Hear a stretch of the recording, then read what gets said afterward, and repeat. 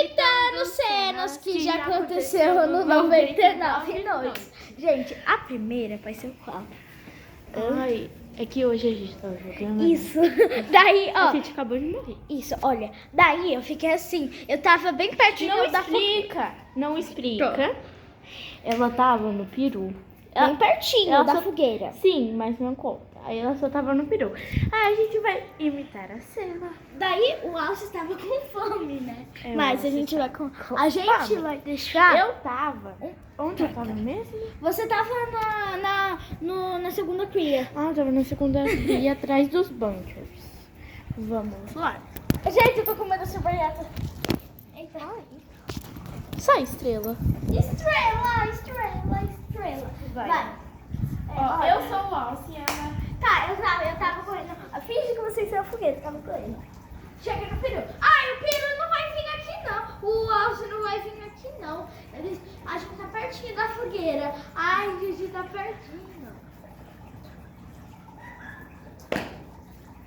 E ela fica parada. Eu fiquei parada assim.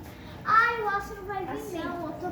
Ai, o Alce não vai vir não. Não vai nunca vir.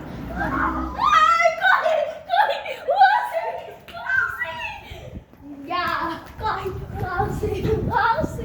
Gente, a segunda cena vai ser qual? Pode ser qual? Não sei. Já sei, vai. Você tava salvando a segunda cria.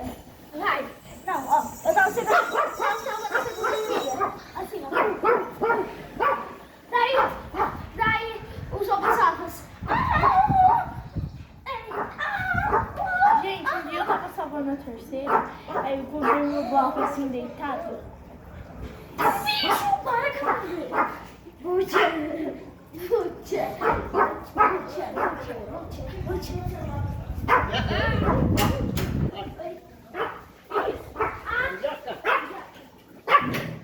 E acabou, porque tem uma barata aqui e ela tá viva ainda. Caramba, tá assim.